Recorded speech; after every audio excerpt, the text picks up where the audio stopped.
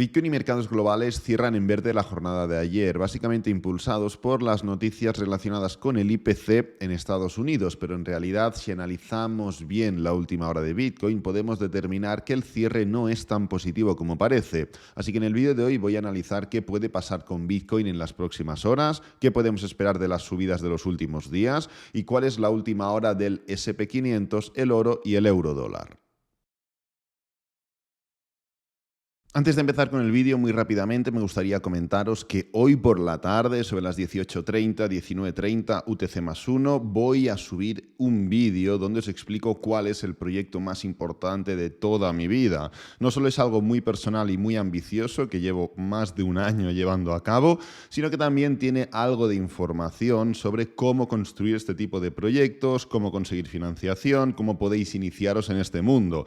No os quiero dar muchas más pistas, pero os recomiendo que o activéis la campana o estéis pendientes de Instagram o de alguna forma podáis enteraros del momento en el que suba el vídeo, ya que estoy seguro que os va a encantar. El calendario económico de la jornada de hoy tiene como protagonista conocer el IPP de los Estados Unidos, pues si ayer conocíamos el índice de precios del consumidor, hoy conoceremos el índice de precios del productor. Más allá de esto, destacar los datos de producción industrial en China, que crecen hasta el 2,4%, lo que supone un destacado aumento frente a la cifra que vimos durante el mes de diciembre, del 1,3%.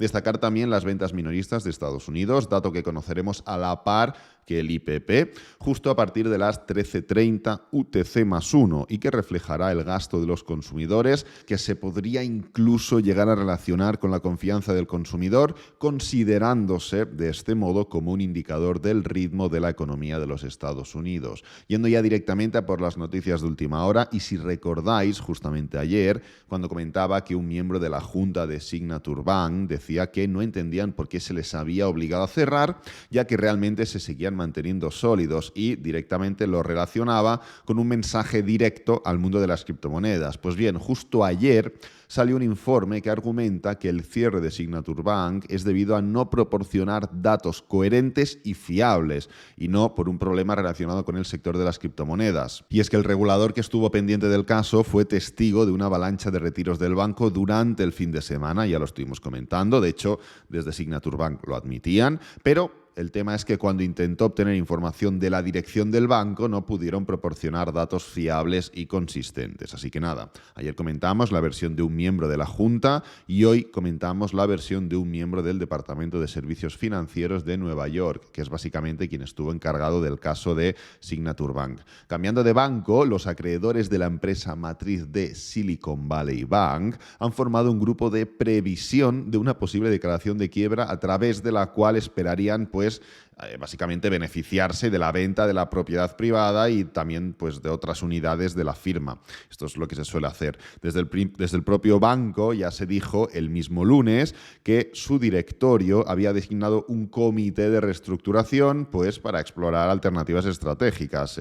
Lo que no han dicho es si se plantean declararse en bancarrota o no. Recordad que la bancarrota se presenta a través del capítulo número 11 y trata de intentar recuperar de alguna forma la actividad de la empresa a través de un plan de rescate concreto. Tú planteas una forma de rescatar y de solventar tu situación y la presentas para ver si alguien te apoya económicamente en ese sentido. Bueno, y cambiamos ya de tema, ya que un avión ruso golpeó un avión no tripulado, eso sí, espía estadounidense sobre el Mar Negro, y lo derribó justo el martes, según al menos fuentes del Pentágono. Ahora veremos si todo esto llega a más, pero esta representa ya la primera confrontación militar directa entre las fuerzas de las dos naciones, al menos podríamos decir desde que comenzó la guerra entre Rusia y Ucrania. En teoría, ninguna de las dos quieren problemas entre ellas, pero Estados Unidos ya ha proporcionado a Kiev más de 30.000 millones en ayuda, equipo militar, inteligencia, etcétera, etcétera, y evidentemente esta colisión no se ha dado ni en Estados Unidos ni en Rusia, no sé si me explico. En principio, el incidente está grabado y los Estados Unidos tienen la intención de divulgarlo, así que igual en los próximos días tenemos acceso a esa grabación.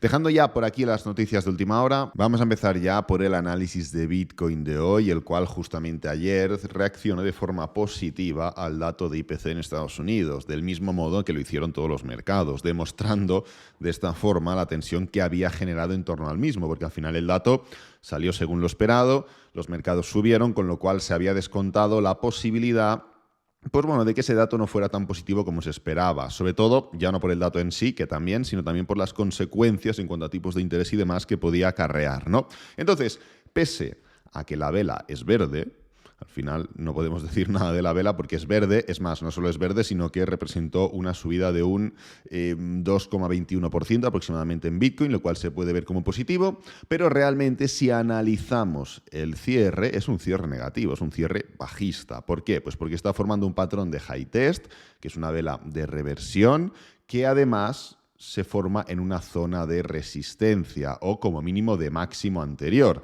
Es más, puedes buscar resistencia por 2 puntos. Por punto número 1 haciendo así. Como veis, el nivel de los 24.800 es un nivel de resistencia o de máximo anterior. O punto número 2 así. Si marcas esto así, estamos literalmente tocando la tercera parte, 1, 2, 3, en este nivel de aquí, con lo cual es una vela que rechaza, es una vela que demuestra que durante todo el día los alcistas tienen el control de la sesión, pero finalmente, ¡pam!, se da la vuelta completamente, seguramente formando múltiples liquidaciones y cierra de una forma negativa. Entonces, no solo esto, no solo a través de resistencias, podemos marcar que es un cierre negativo, no solo también a través de la vela en sí podemos marcar que es un cierre negativo, sino también a través de diferentes elementos, como por ejemplo las divergencias MACD. Estamos viendo divergencias MACD y RSI en múltiples temporalidades, pero sobre todo la temporalidad diaria es la que más me preocupa. Al final hemos seguido haciendo máximos crecientes en todo este proceso de aquí. Hicimos un máximo el jueves 2 de febrero, hicimos otro máximo jueves 16 de febrero e hicimos otro máximo martes 14 de marzo.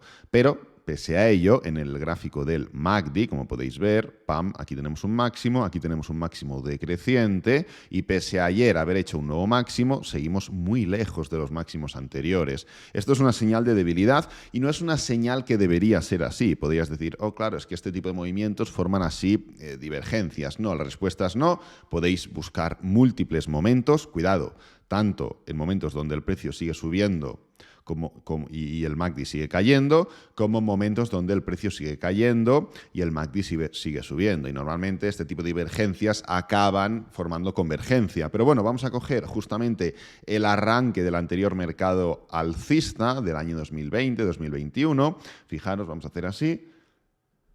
Y vamos a ver qué es lo que estaba haciendo en este punto el MACD. Pues bien, como podéis comprobar, no solo forma divergencias alcistas, ya que, desde este punto de aquí, mientras el precio aún seguía cayendo, como podéis ver, el precio tenía un recorrido bajista, pero el MACD, en este caso, seguía haciendo mínimos planos, no hacía mínimos decrecientes, con lo cual era una divergencia alcista. Incluso en esta etapa de aquí también, precio mínimos crecientes, o en una parte precio mínimos raros y MACD ya estaba haciendo mínimos crecientes. Pues no solo eso, sino que las subidas no se forman con divergencias. Fijaros que aquí rompemos este punto de aquí, igual que lo hicimos con el MACD, pam, pam. Luego volvemos a romper el máximo anterior, aquí lo rompemos y aquí lo rompemos. Luego el gráfico vuelve a romper otro máximo y el MACD vuelve a romper un máximo. Quiero decir, no estamos viendo cómo en el MACD, en esta etapa de aquí, estamos cayendo y en el precio estamos subiendo, sino que va todo acorde. Pues bueno, justamente otro elemento, que esto ya sería más que de corto plazo, que ahora hablaremos del corto plazo, esto ya sería un poco de la naturaleza de este movimiento. Venimos con divergencias importantes desde hace mucho tiempo, después de subidas importantes, y seguimos exagerando esas divergencias. Entonces, en cuanto al corto plazo, hemos subido, como ya sabréis, en parte debido a noticias positivas, sobre todo descontando un escenario menos negativo en cuanto a lo de los bancos y en cuanto a lo de la inflación, si queremos hablar mal, ¿no?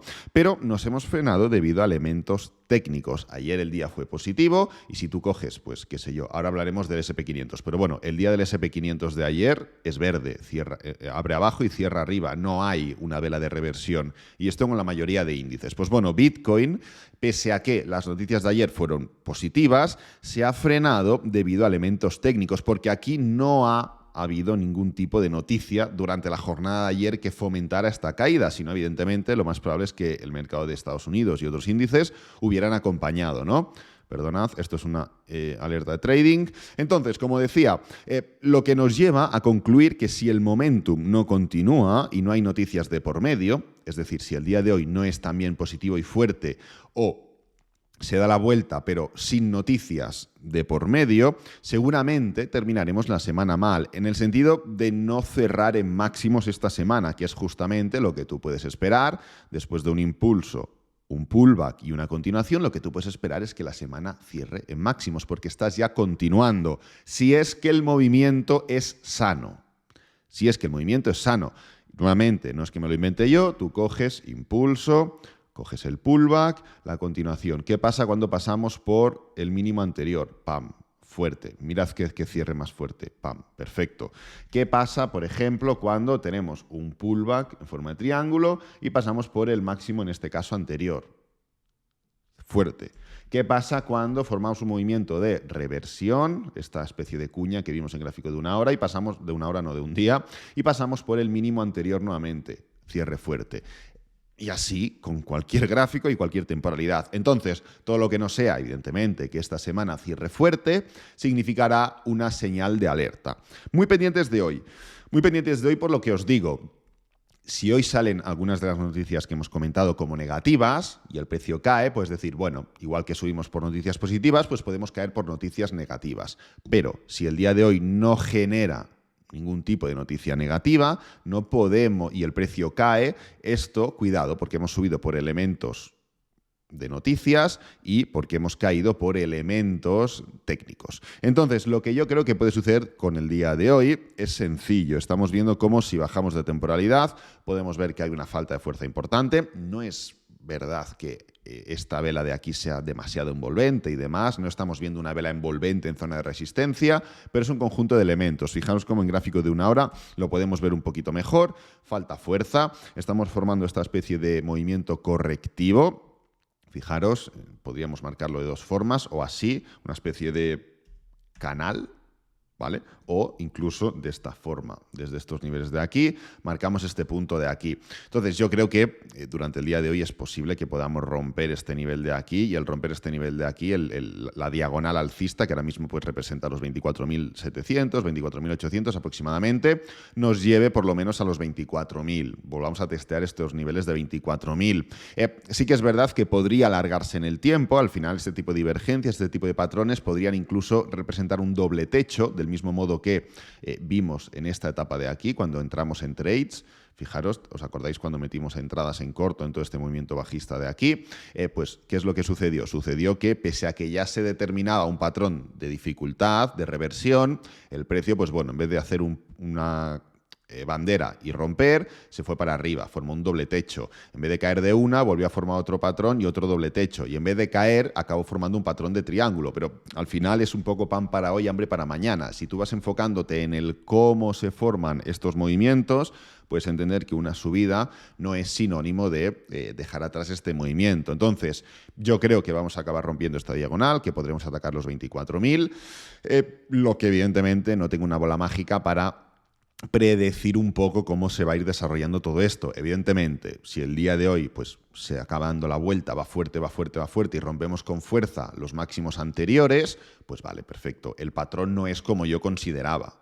Vale, pues ya está, me he equivocado y ya está. Pero cuidado, esto, independientemente de que me haya equivocado en el corto plazo, seguirá alargando esta divergencia en MACD y en RSI, que se alineará con la clara divergencia que tenemos en otras temporalidades como el gráfico diario, con lo cual volverá a ser literalmente pan para hoy, hambre para mañana.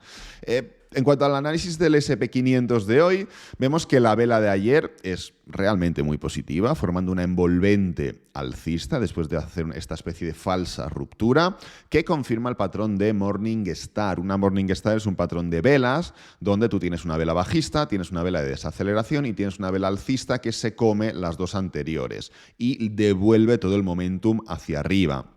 En diario, realmente puede parecer que está muy bien, que está muy correcto, que hemos hecho una falsa ruptura, que el momentum está literalmente a atacar los 4050, 4100 aproximadamente, pero si coges y bajas un poquito de temporalidad y coges gráfico de 4 horas, podemos ver algo de dificultades. Fijaros cómo falta fuerza, falta dirección, el precio cae, hace una especie de mini doble suelo, se levanta, se da para abajo, falta volumen, arranca para abajo, para arriba. Ahora estamos en este patrón de desaceleración claro. Vemos debilidad y falta de fuerza. Además, no la vemos en cualquier zona, la vemos, punto número 1, en la zona de los mínimos anteriores, el nivel de los 3.927, pero punto número 2, si cojo y hago así, fijaros cuál es el nivel en el que estamos actualmente. Es un nivel de soporte-resistencia importantísimo ya en gráfico de 4 horas y en gráfico diario, con lo cual estamos mostrando debilidad en niveles importantes de resistencia. Yo os recomiendo que esperéis a la apertura. A ver, está habiendo debilidad, pero estos son los futuros. Esto es el futuro del SP500. Realmente no ha abierto el mercado aún. Recomiendo que esperéis a la apertura y entonces veis si vuelve la fuerza o no, porque realmente el cierre como tal del índice en sí, fue aquí, fue así. Que sí que es cierto que consta de debilidad en términos generales, pero no es lo mismo ver esto que ver esto. ¿Vale? No es lo mismo. Entonces, esperad, porque igual cuando abramos, pues abre de forma fuerte y dejamos un poquito atrás esa debilidad tan clara, porque si abre el SP500 y cuando abre hace así, pues un poco continúa con ese desarrollo del día de ayer. Igualmente, la debilidad de las últimas 2 velas de 4 horas únicamente acentúa la debilidad general que estamos viendo. No hay más. Así que esperad para ver esa confirmación o no. En cuanto al oro, fijaros cómo el patrón es claro, sigue formando pues, el movimiento de pullback que estuvimos comentando desde hace ya 2 semanas o 3, y lo único que tenemos que hacer es esperar a que esto desarrolle un poquito más, un movimiento de mayor caída, y ya está. Como os comento, os facilito diferentes niveles. Punto número 1, el máximo anterior. Punto número 2, la media móvil de 20. Punto número 3, tiráis Fibonacci. Y 1/3, la mitad o 2/3. Esos son los niveles donde os tenéis que enfocar para poder cazar, para quien no lo haya cazado, como dije, este doble suelo de aquí, para poder cazar este pullback, para una continuación alcista del oro que como mínimo llega a los 1951, que son los máximos recientes. Pero el patrón en términos semanales, el patrón en términos mensuales, es susceptible de dar una continuación alcista durante los próximos 6 meses aproximadamente. O sea, no tengo ninguna duda. Entonces, es un movimiento, pues bueno, para que cada uno salga como le apetezca, según su personalidad y demás, pero es un movimiento que es susceptible de dar una continuación mucho más allá de, un porcentaje minúsculo, ¿no? Finalizando con el euro-dólar, con la última hora del euro-dólar, como podéis ver, sigue siendo relativamente alcista, pero estamos viendo una clara desaceleración, lo que va a implicar atacar esta zona de soporte del 1,0664, más o menos. Hablamos ayer que pese a que el precio se esté relacionando con la media móvil de 50 diaria, es un nivel o una media móvil que suele generar ese tipo de medio falsas rupturas, ¿no? Como veis, no impactamos literalmente con el punto y para abajo, punto y para abajo, punto y para abajo, sino que en términos generales solemos pues dilatar un poco ese nivel para dar esa continuación bajista, no porque sea este nivel, o sea, no porque sea la media móvil, no porque sea el euro-dólar, sino porque así se forma o así va la acción del precio. Entonces ya hemos formado esa dilatación, que si se dilatara un poco más tampoco pasaría nada, y lo que estamos viendo, evidentemente, es en otras temporalidades este patrón de desgaste, de falta de fuerza. Ya en 4 horas lo vemos, en 1 hora pues es mucho más claro todo, tanto la divergencia en MACD como también las líneas, como también los toques. Y a ver, lo estamos rompiendo ya. Sinceramente, lo más probable desde este punto de aquí es que el precio de este movimiento bajista y ataquemos no solo los mínimos anteriores, sino también el inicio de este patrón de cuña. Yo lo que voy a hacer que es esperar rupturas, pullbacks y continuaciones. Es decir, el euro-dólar ahora mismo está en un nivel de resistencia diario, como es la media móvil de 20 y la media móvil de 50, desacelerando en gráfico diario, formando un patrón de reversión en gráfico horario. Si forma rupturas en gráfico horario será la leche, pullbacks y continuaciones. Así de sencillo. Así que es un poco en lo que me estoy enfocando, tanto en el oro como el euro dólar, que igual serían los dos activos que son más posibles de meter algún tipo de operación en ese corto plazo. Voy a dejar el vídeo por aquí, espero que te haya gustado, que te haya servido, que es lo importante. Si es así, dale me gusta, suscríbete, compártelo con amigos, con la familia y nos vemos en el próximo vídeo. Adiós.